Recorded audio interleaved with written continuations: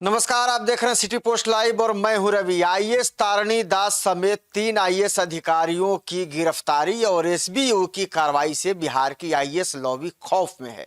कई अधिकारी सकते में हैं, डरे सहमे ऑफिस पहुंचते हैं और उन्हें खौफ है कि कार्रवाई की जद में कहीं वो भी नहीं फंस जाएं।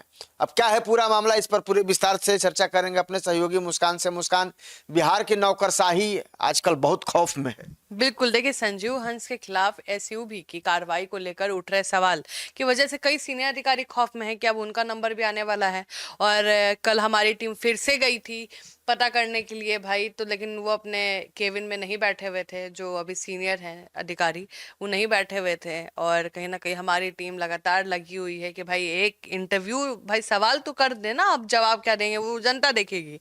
तो संजीव हंस का आरोप है कि बिना भ्रष्टाचार के ठोस सबूत के उनको अभियुक्त बनाया गया है, जबकि ईडी ने जिन आईएएस अधिकारियों को ऋषुश्री का संरक्षक बताया है उनके खिलाफ कोई कार्रवाई नहीं हुई है। अब एसयूबी पर बाकी आईएएस अधिकारी के खिलाफ कार्रवाई का दबाव बढ़ता जा रहा है।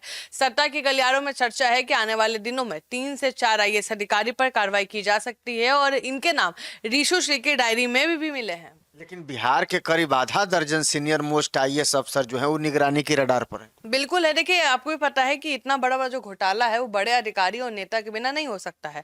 और ईडी ने ऋषुश्री की जमानत के विरोध के सिलसिले में कई आईएएस अधिकारी के ऋषुश्री के संबंध होने की जानकारी दी है।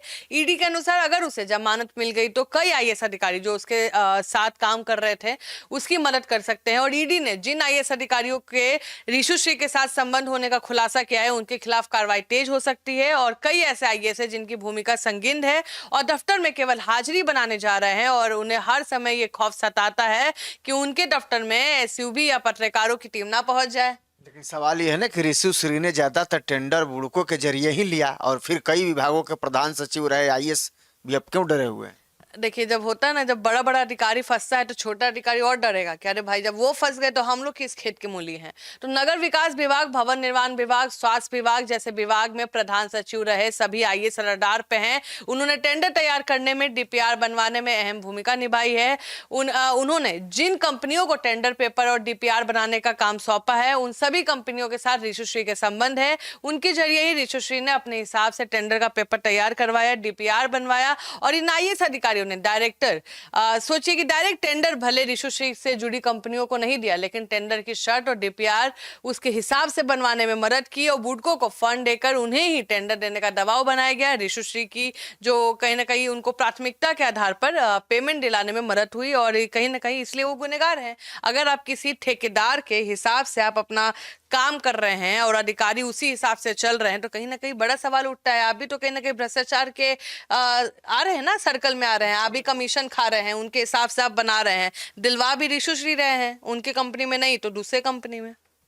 तो बिल्कुल कहीं ना कहीं ये जो मामला है अब धीरे धीरे तूल पकड़ता जा रहा है और सबसे डर जो है वो बिहार के उन महकमे में मची हुई है, खास करके वो आईएएस अधिकारियों के लॉबी में। और उनको डर सता रहा है कि कहीं जांच की जो आंच है वो मेरे दामन तक ना पहुंच जाए। लेकिन आप क्या सोचते हैं इस खबर को लेकर? कमेंट जरूर करिएगा और खबर को ज्यादा से ज्यादा शेयर और लाइक भी कर दीजिएगा। धन्यवाद।